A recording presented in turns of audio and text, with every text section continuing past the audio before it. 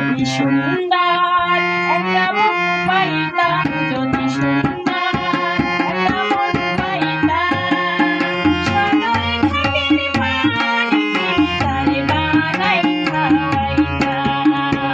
যদি সুন্দর একটা মুখ পাইতাম, যদি সুন্দর একটা মন পাইতাম, সদরে ঘাটের পানি তারে বানাই খাওয়াইতাম। একদিন